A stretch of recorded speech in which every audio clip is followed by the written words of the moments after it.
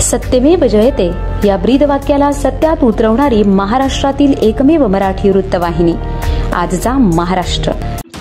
कल्याणनगर रस्त्यावरील रायता पुलावरून पाणी गेल्याने रस्ता खचला असल्याने आज पुलावरील रस्ता बंद ठेवण्यात आला आहे। याची प्रवाशांनी नोंद घ्यावी।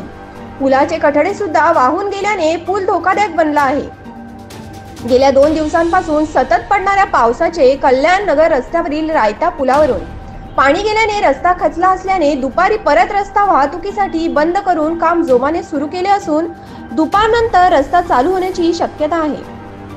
सध्या वाहतूक बदलापूर टिटवाळा मार्गे वळविण्यात आली आहे।